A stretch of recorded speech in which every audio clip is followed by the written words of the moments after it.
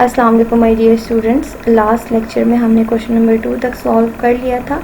अब question number 3 को solve करते हैं। तो देखिए क्वेश्चन नंबर 3। क्वेश्चन नंबर 3 क्या है आपके पास? क्वेश्चन नंबर 3 है express the following the parameter of a square as a function of its area. तो आपको पता है जो एक स्क्वायर होता है उसकी लेंथ, विड्थ और हाइट सब इक्वल होता है, ठीक है। तो यहाँ पे स्क्वायर का जो लेंथ थी उसको भी हमने x कह दिया और विड्थ को भी, और पैरामीटर का फार्मूला होता है p is equals to 4x और एरिया ऑफ स्क्वायर क्या होता है? Length into width. तो लेंथ भी x है, विड्थ भी x है, तो एरिया इज इक्वल हो जाएगा x स्क्वायर के, ठीक है। तो अब हमने क्या बताना है? पैरामीटर को as a function of area. तो सेकेंड इक्वेशन और फर्स्ट इक्वेशन मैंने बना ली, और देखिए जो इक्वेशन नंबर 2 है a is equal to X square, उसको मैंने यूज़ किया, x की वैल्यू निकाली और वो इक्वेशन नंबर 1 में पुट कर दी। तो आप देख सकते हैं ये पैरामीटर है और in term of as a function of area. तो सेकेंड पार्ट देखें। सेकेंड पार्ट है the area of a circle as a function of its circumference. तो बेटा देखिए सर्कल क्या होता है? हमारे सर्कल की जो सेंटर से एंड पॉइंट तक का डिस्टेंस होता है वो क्या होता है? रेडियस होता है। और जो एरिया ऑफ सर्कल होता है वो होता है पाई आर स्क्वायर। इसको हम इक्वेशन नंबर 1 कह देंगे। और अब सर्कमफ्रेंस ऑफ सर्कल देखें, इसको हम सी से रिप्रेजेंट करेंगे और वो होता है 2 पाई आर। बिल्कुल उसी तरह से हमने इसको इक्वेशन 2 का नाम दे दिया और अब हम इक्वेशन 2 को यूज़ करेंगे और यहाँ से r की वैल्यू फाइंड आउट कर देंगे और r की वैल्यू उठा के इक्वेशन नंबर 1 में पुट करेंगे। तो area as a function of its circumference आ जाएगा। इसको सिंप्लीफाई करें, कटिंग करें और ये देखिए आपके पास आंसर आ जाएगा। अब इसके थर्ड पार्ट की तरफ चलते हैं, सी पार्ट की तरफ। The volume v of a cube as a function of the area of its base. तो देखिए जो आपके पास क्यूब होता है उसकी लेंथ, उसकी विड्थ और उसकी हाइट, ये तीनों चीज़ें आपस में बराबर होती हैं।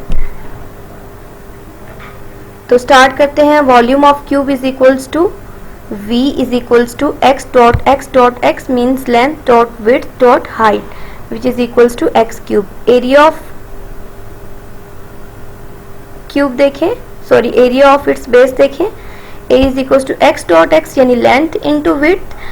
तो अब हमने उसी तरह से इक्वेशन 2 को यूज़ करना है, x की वैल्यू निकालनी है और उसको उठा के हमने इक्वेशन नंबर 1 में पुट करना है। और अब आप देखो जो अंडर रूट होता है उसको हम 1/2 से रिप्रेजेंट कर सकते हैं, तो इस तरह से इसको सिंप्लीफाई कर लेना है। तो क्वेश्चन नंबर 3 हो गया कंप्लीट।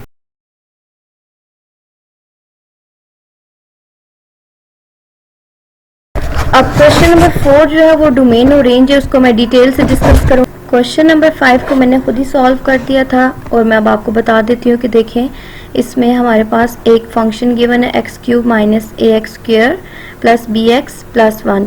तो हमने क्या किया, उन्होंने कहा कि अगर f of 2 is equal to -3 हो, इस कंडीशन को सामने रखते हुए, और f of -1 is equal to 0 को सामने रखते हुए a और b की वैल्यूज़ निकालें। तो सिंपली हमने एक कंडीशन लिखी f of 2 is equal to -3 और फिर उसके अंदर f ऑफ x में जहाँ जहाँ पे x था वहाँ 2 पुट किया, इसको सिंप्लीफाई किया और एक इक्वेशन बना ली। फिर हमने f of -1 is equal to 0 रखा और इसको सिंप्लीफाई किया और यहाँ से a की वैल्यू हमारे पास आई है -b, इक्वेशन नंबर 2 जो बनी। अब हम a is equal to -b को पुट कर देंगे इक्वेशन नंबर 1 में।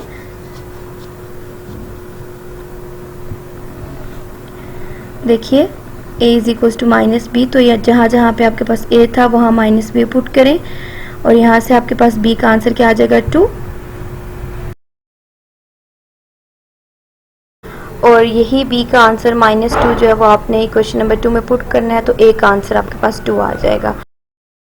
क्वेश्चन नंबर 6 स्टार्ट करते हैं। क्वेश्चन नंबर 6 है a stone falls from a height of 60 metre on the ground, the height H after x second is approximately given bye.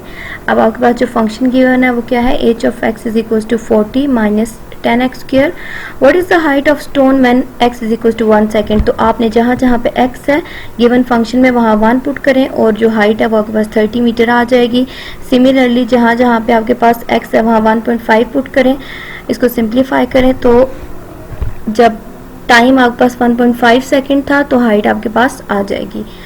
Third है आपके पास जो पार्ट है वो आप बुक से देखें। थर्ड पार्ट, हाँ जी, थर्ड पार्ट है कि when does the stone strike the ground, मतलब जब वो ग्राउंड से स्ट्राइक करेगा तो उस टाइम उसकी जो टाइम है वो क्या होगा, तो ज़ाहिर है जब वो ग्राउंड से स्ट्राइक करेगा तो हाइट 0 हो जाएगी। फंक्शन को 0 पुट करें और यहाँ से x की वैल्यू निकाल लें।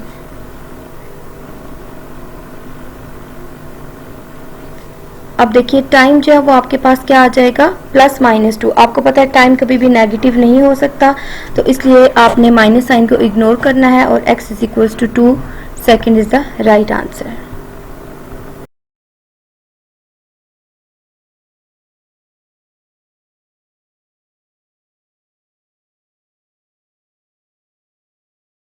ओके जी, अब पार्ट नंबर 7 देखिए। Show that the parametric equations, आपके पास 3 तरह की पैरामीट्रिक इक्वेशन है, पैराबोला की है, एलिप्स की है और हाइपरबोला की है।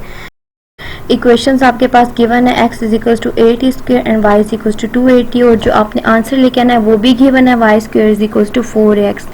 तो हम सबसे पहले इक्वेशन 1 को यूज़ करेंगे। इक्वेशन 1 में हमारे पास है, सॉरी इक्वेशन 2 को यूज़ करेंगे, y = 280, और यहाँ से हम लोग t की वैल्यू निकालेंगे इस तरह से।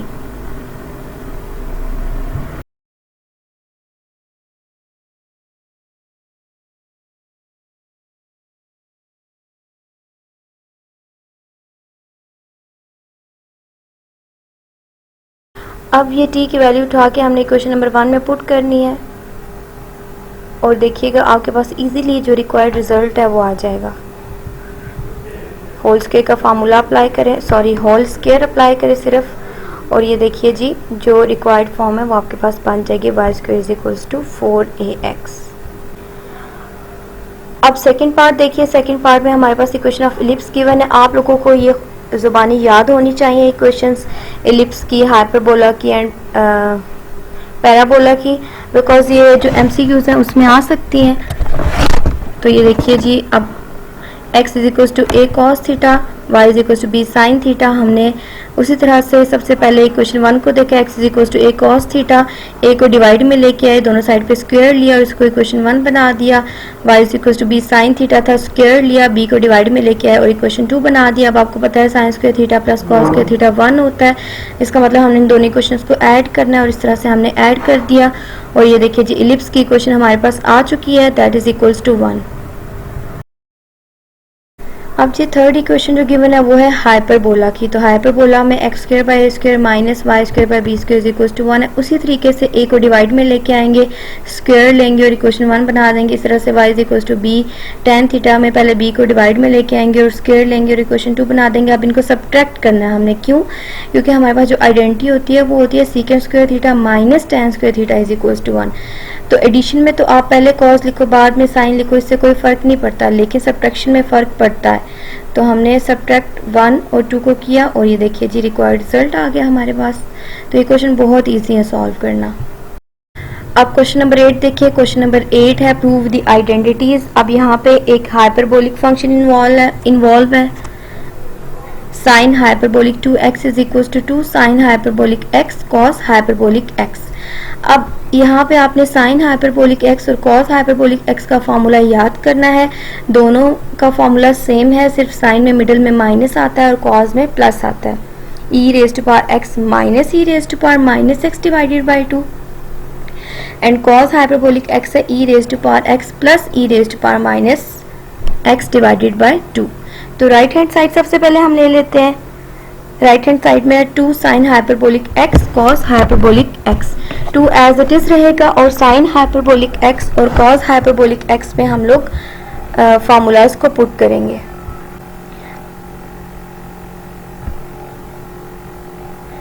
हाँ जी, फार्मूलाज पुट हो चुके हैं। अब आपको पता है e⁻x माइनस e⁻x, ये a minus b a plus b है, तो a का स्क्वायर माइनस b का स्क्वायर आप लोग कर सकते हो इस तरह से, और आपस में मल्टीप्लाई भी करें तो बेसिस सेम हो, पावर्स ऐड हो जाती हैं। तो ये साइन हाइपरबोलिक 2x है। अब यहाँ ये बात याद रखनी है कि अगर साइन हाइपरबोलिक 4x आ जाए तो उसमें सिर्फ e की जो पावर है वहाँ 4 ऐड होगा, डिनोमिनेटर में 2 ही रहेगा। अब इसका सेकंड पार्ट देखिए, बिल्कुल उन्हीं स्टेप्स को आपने फॉलो करना है।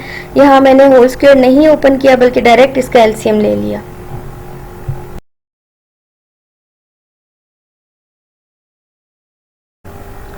अब होल स्क्वायर का फॉर्मूला इस पॉइंट पे आके आपने ओपन करना है, ठीक है। अब यहाँ पे मैं साइन भी अप्लाई कर रही हूँ साथ ही माइनस का, और साथ ही फार्मूला भी ओपन कर रही हूँ। यहाँ पे एक मिस्टेक है कि यहाँ पे 4 नहीं आता बल्कि 2 आता है, क्योंकि होल स्क्वायर का फार्मूला क्या होता है, a square plus b square plus 2ab। A है ई की पावर एक्स और बी है ई की power minus x, basis same है, पावर्स ऐड हो जाएंगी, तो इसलिए मैंने लिख दिया ई की पावर एक्स माइनस एक्स। ये देखिए करेक्शन हो चुकी है। अब ऊपर जो यहाँ पे ई की पावर एक्स माइनस एक्स था, एक्स और माइनस एक्स कट गया तो ई की पावर 0 आ गया। और आपको पता है किसी भी कांस्टेंट या वेरिएबल की पावर 0 1 होता है, तो इस तरह से हम लोगों ने 2 और 2 4, और ये देखिए जी होल स्क्वायर आप लोगों ने 2 बाई ई की पावर एक्स माइनस ई की पावर माइनस एक्स का होल स्क्वायर बना लिया। अब कॉस थीटा का फॉर्मूला ये होता है ई की पावर एक्स प्लस ई की पावर माइनस एक्स बाई 2, तो ऑब्वियसली ये इसका रेसिप्रोकल है, तो ये किसका बन जाएगा, सीकेंड हाइपरबोलिक स्क्वायर एक्स का। थर्ड पार्ट इसका देखिए, बिल्कुल उन्हीं स्टेप्स को आपने फॉलो करना है और होल स्क्वायर का फॉर्मूला अभी ओपन नहीं करना, डायरेक्टली एलसीएम लेना है इस तरह से, और इसके बाद आपने इसको ओपन करना है।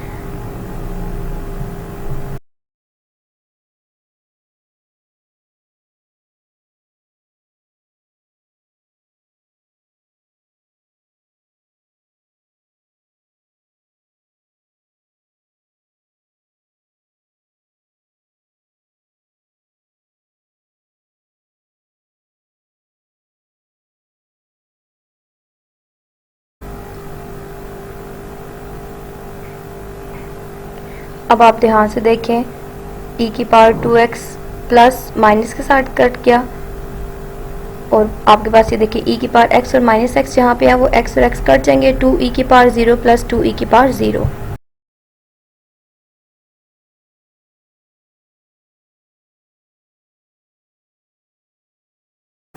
अब आपको पता है कि ई की पावर x माइनस ई की पावर माइनस एक्स बाई 2 जो है वो साइन होता है, तो अगर 2 बाय वही वैल्यू हो तो ऑब्वियसली वो क्या बन जाएगा, cosecant hyperbolic square x. I hope आपको ये हाइपरबोलिक फंक्शन के क्वेश्चंस जो है वो समझ आ चुके होंगे। अब आपने इन फार्मूलाज को अच्छे से मेमोराइज करना है। अब क्वेश्चन नंबर 9 स्टार्ट करते हैं, last question of this exercise, even function and odd function. इनके बारे में मैं ऑलरेडी आपको बता चुकी हूँ।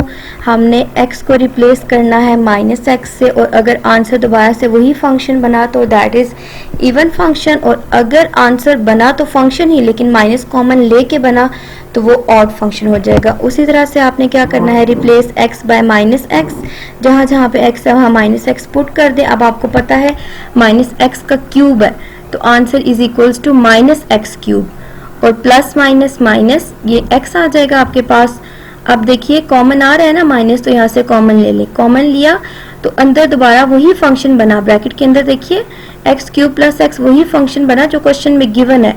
तो इस केस में ये फंक्शन क्या बन जाएगा, even function, sorry odd function बन जाएगा, क्योंकि माइनस एक्स से रिप्लेस किया, फंक्शन तो वही आया लेकिन कब आया, जब हमने माइनस कॉमन लिया। तो जब इस तरह से कोई सिचुएशन होती है तो फंक्शन क्या हो जाता है, ऑड हो जाता है। और अगर वो f of minus x replace करने से f ऑफ x ही आता तो उस केस में जो फंक्शन है वो इवन फंक्शन हो जाता है। मैं सारे क्वेश्चंस को सॉल्व करती हूँ, सारे स्टेप्स आपने ध्यान से देखने हैं। सेकेंड पार्ट को सॉल्व करते हैं, बिल्कुल इस तरह से replace x bye minus x से आप इसको रिप्लेस करें। तो ये क्वेश्चन में ऐसा भी पॉसिबल है बेटा कि ना तो इवन फंक्शन बने ना ही ऑड, जैसे कि पार्ट 2 में आप लोग देख रहे हो, ना तो ये f ऑफ x के इक्वल आ रहा है और ना ही माइनस f ऑफ x के इक्वल आ रहा है, तो ये neither even function nor odd function. ठीक है, इस तरह से हम लिखेंगे।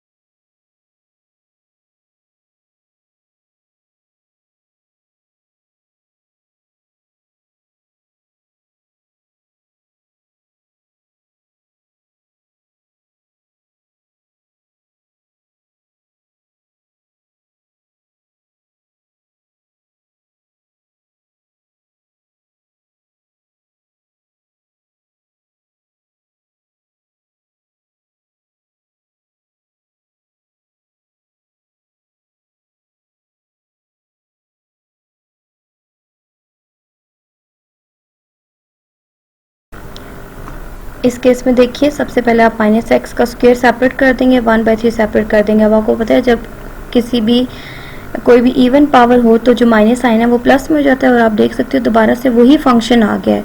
स्क्वायर ने उस माइनस को प्लस कर दिया और दोबारा से वही वैल्यू आ गई, तो आप देख सकते हो f of x is equals to दोबारा एफ ऑफ एक्स आ गया। मतलब हमने माइनस रिप्लेस भी किया लेकिन फंक्शन पे कोई फर्क नहीं पड़ा, तो इस केस में फंक्शन हो जाएगा इवन। आई होप बेटा आप लोगों को इवन और ऑड फंक्शन का डिफरेंस अच्छे से समझ आ गया होगा। ये लास्ट पार्ट देखें और इसके साथ ही हमारी जो एक्सरसाइज 1.1 है वो कंप्लीट हो जाएगी। सिर्फ पार्ट नंबर 4 रह जाएगा, वो भी हम डोमेन और रेंज है उसके ऊपर मैं एक अलग से वीडियो बनाऊंगी ताकि वो डिटेल से आपको बता सकूं। इवन और ऑड वाले क्वेश्चन भी इंपॉर्टेंट है, पेपर में अक्सर आ जाते हैं।